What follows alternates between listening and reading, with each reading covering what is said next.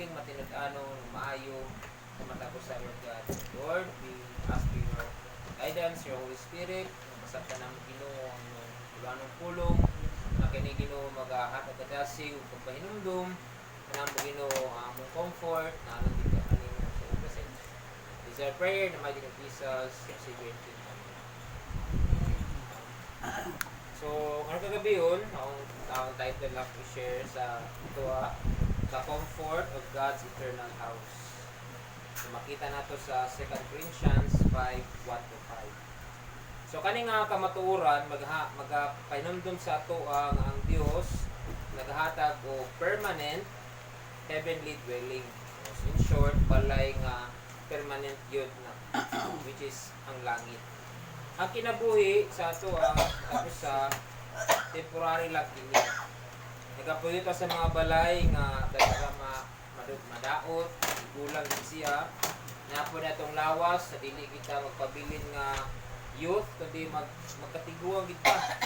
Napo yung mga adlaw nga nagi katapusan. Sugod sa buntag matapos sa gabi. Pero ang atong kasing-kasing doon na kita'y pangandoy nga puy-anan nga dili mausab. Ang lugar nga wala na hilak, wala na kasakit, o ang gugma nga never dies. Love never dies. Kita nga mga tao, nagalong tao mga permanent security o balay nga walay kasakit, walay kamatayan, walay kamatayon, nga may mukawat sa tuwa. So sa isa ka balay, sample matapos sa tuwa naman tay mga balay, kung atong i-repair ang sa kabalay, kadugayan madaot na din siya, malata o mataya, i-repair na kung balik. Kung magabok ang kahoy, mag-crack, sudlag anay, maguba ang hapon. No, ang flooring malata gid. Sample la kung example kung suminto, no, dili gid siya makuha. Pero ang bottom line, ang tanan sa panimalay o gabi sa itong kinabuhi, temporary lang kayo. One day, we'll have a home that will never rot nor break. So, nagitay balay nga dili nagyang madugta, dili makutkop. So, the same way sa itong earthly bodies nga nagitay temporary nga balay. Ang atong kinabuhi, temporary ka ni huyang ug maluyahon. Pero gi-promise sa Ginoo sa tuwa kanagi much better pag yung balay. So, ato basahon diri sa 2 Corinthians 5:1-5. Now we know that if earthly tent we live in is destroyed, we have a building from God, an eternal house in heaven, not built by human hands. Meanwhile, we groan, longing to be clothed with our heavenly dwelling, because when we are clothed, we will not be found naked. For while we are in this tent, we groan and be burdened, because we do not wish to be unclothed, but to be clothed with heavenly dwelling, so that what is mortal may be swallowed up by life. Verse 5. Now it is God who has made us for this very purpose, and has given us the Spirit as a deposit, guaranteeing what is to come. So in short, kung imong sabong nagitay balay, nga dili malata, ug pulihan tong lawas, dili pud malata. So mura na pasabot ni Paul kay si Paul ang iyang ang kaning background ani nag-discuss niya about resurrection. Ang mga tao sa una sa panahon nila Pablo, ang mga Hudyo na nagsagol sa Greek na dili mo to resurrection. Nabuhat pag tao nga mahadlok sa kamatayon. So si Paul kuan siya kanang gidawdaog siya, gibalik siya sa mga tao kanang gitawag nato nga super apostle nga mas charismatic, may manulti kay si Pablo putman like anang gamay na tao jukog. So dili kay siya para sa mga tao nga kwartahan. So binadawdaog ang iyahang apostleship. Pero sa kangunahon ni Pablo bisan niya na siya layo kang iyang panglantaw.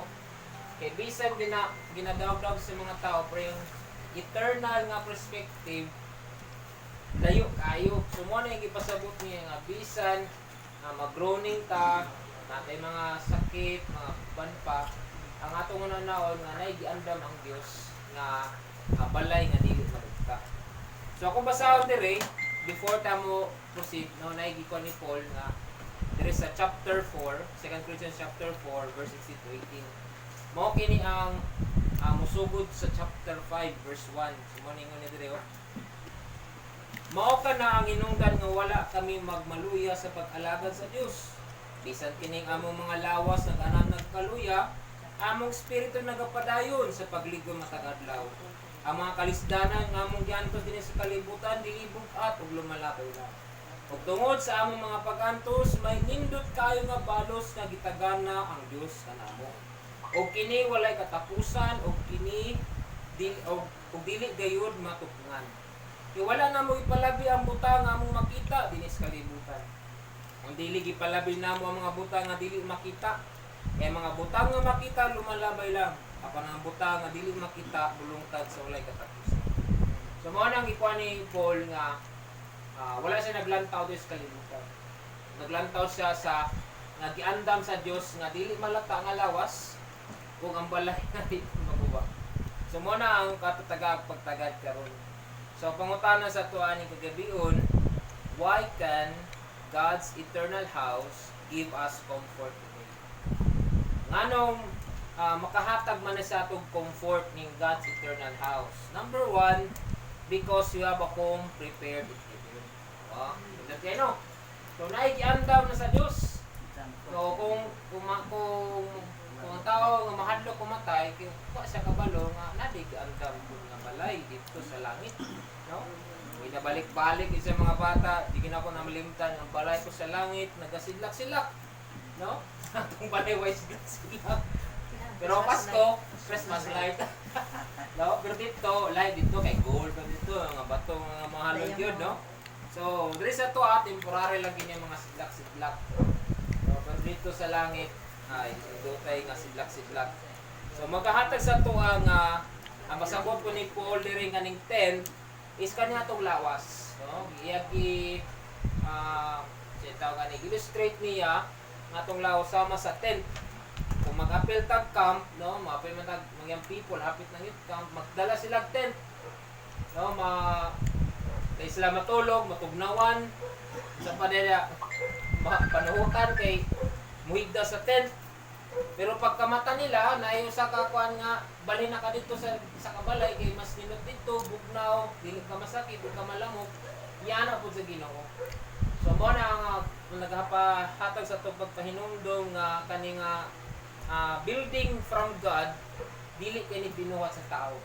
Kundi ang Ginoo ginagbuhat para kanimo.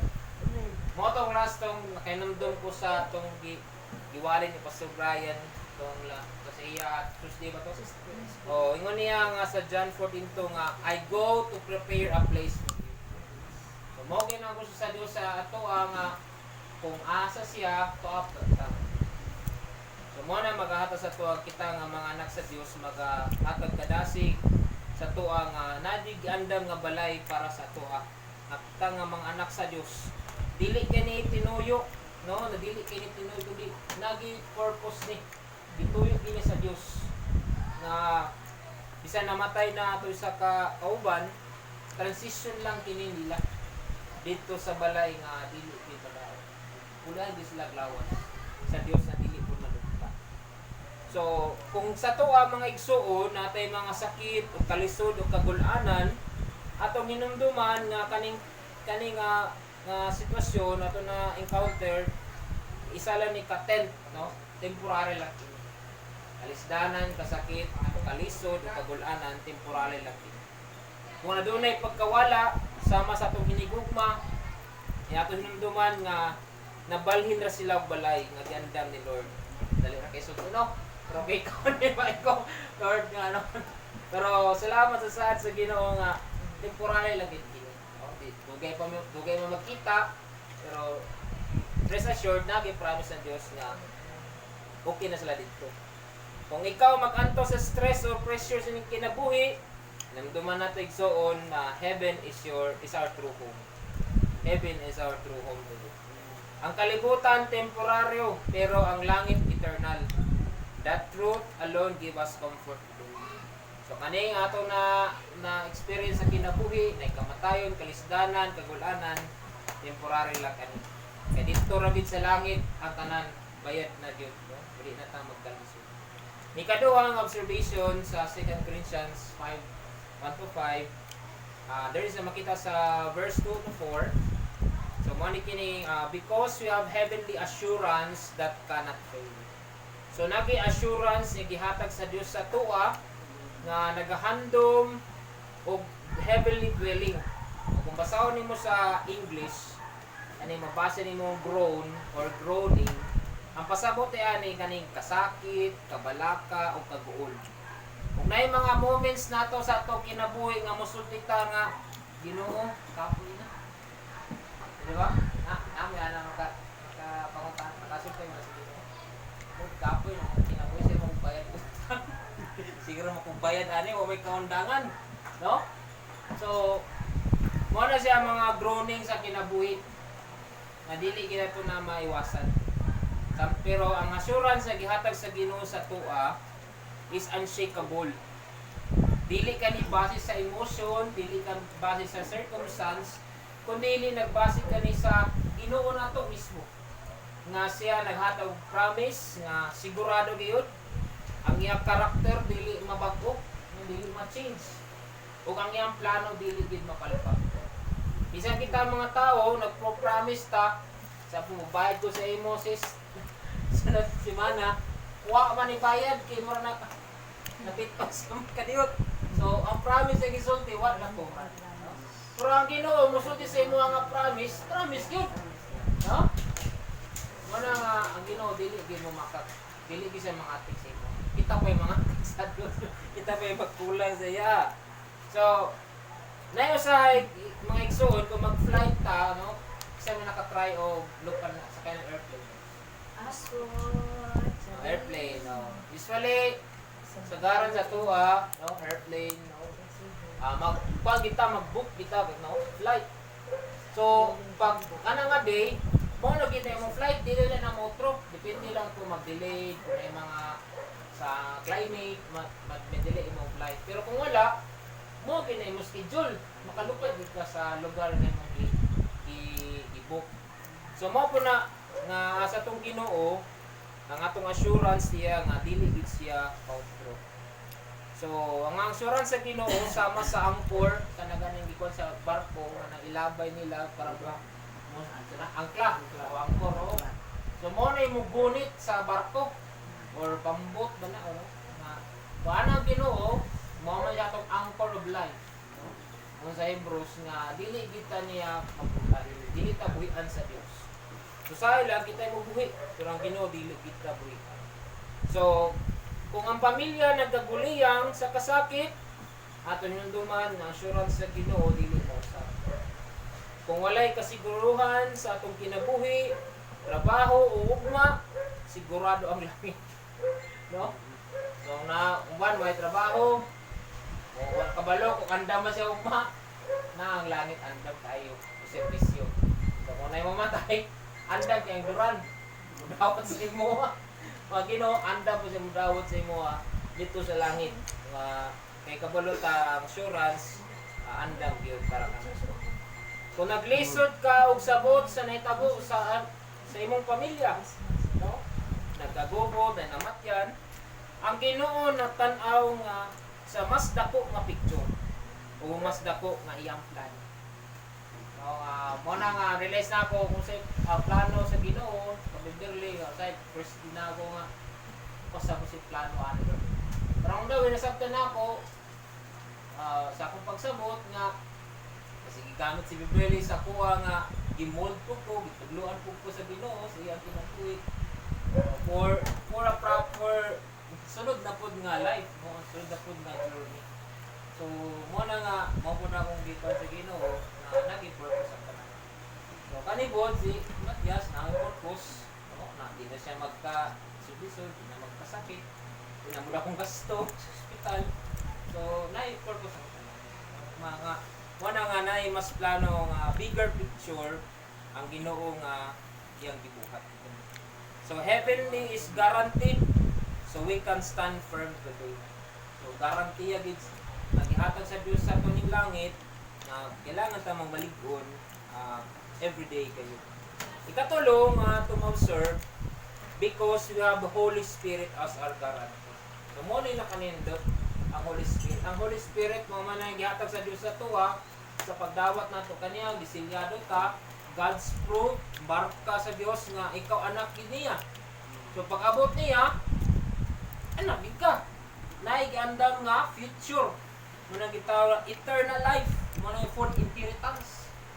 Ng mga ni Peter, inheritance nato sa Dios nga ang eternal life, ang heaven. Diya kita magpuyo. Ato ginagiandam na sa Dios para sa mga anak sa Dios.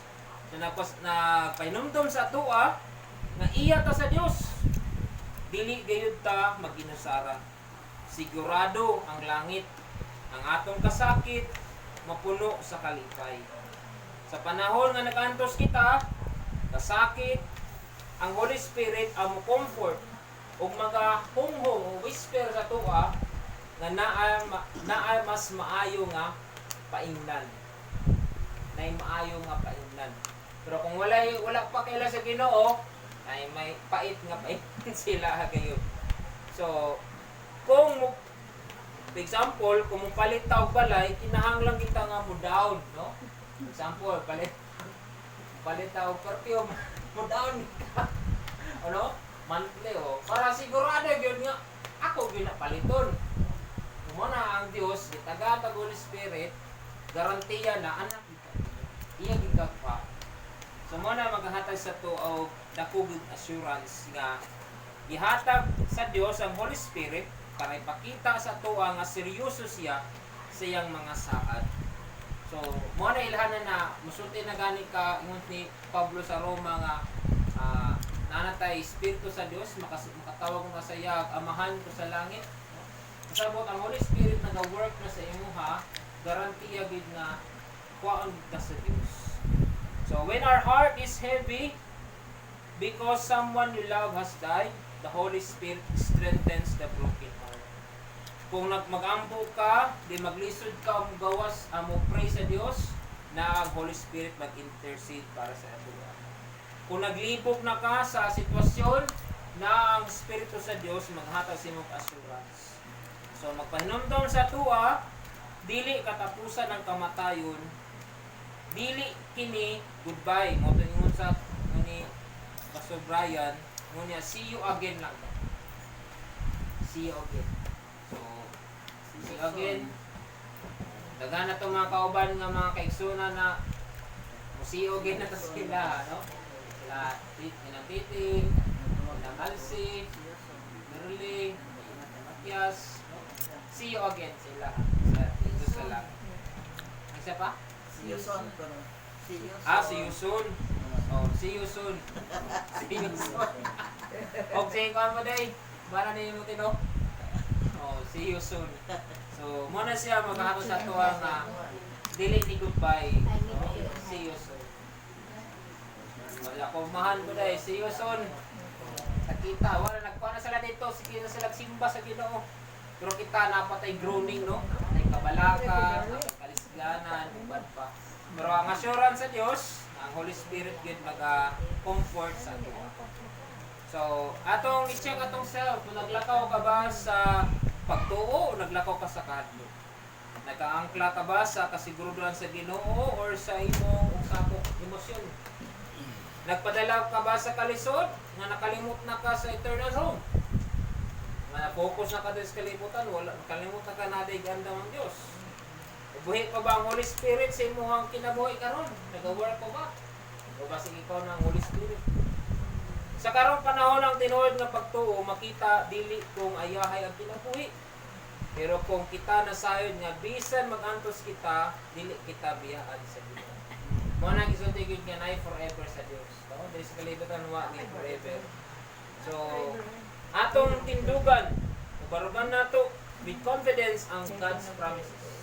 Ano, standing on the promises, mga nang ginakanta ginato sa church. Atong kuptan nato sa atong kasing-kasing nga nabi eternal home nga giandam sa Dios. Ug dawaton nato og makahupay di ang kalinaw nga gikan sa Holy Spirit. atong sabton nga atong hinigugma nga namatay nagapahulay lang karon diha sa eternal. Nagpahulay na diha sa eternal. So kani nga kinabuhi no sa matulog ta gabi, takatulog tarong. Kay natay yung gipangunahuna. Pero sa dito sa langit wala na. Wala na kay una-naon pa. Kundi ang pagunahon nimo ang imong pagsimba sa Dios na lang. So faith is renewed when we look not at the grave but at the God who conquered it.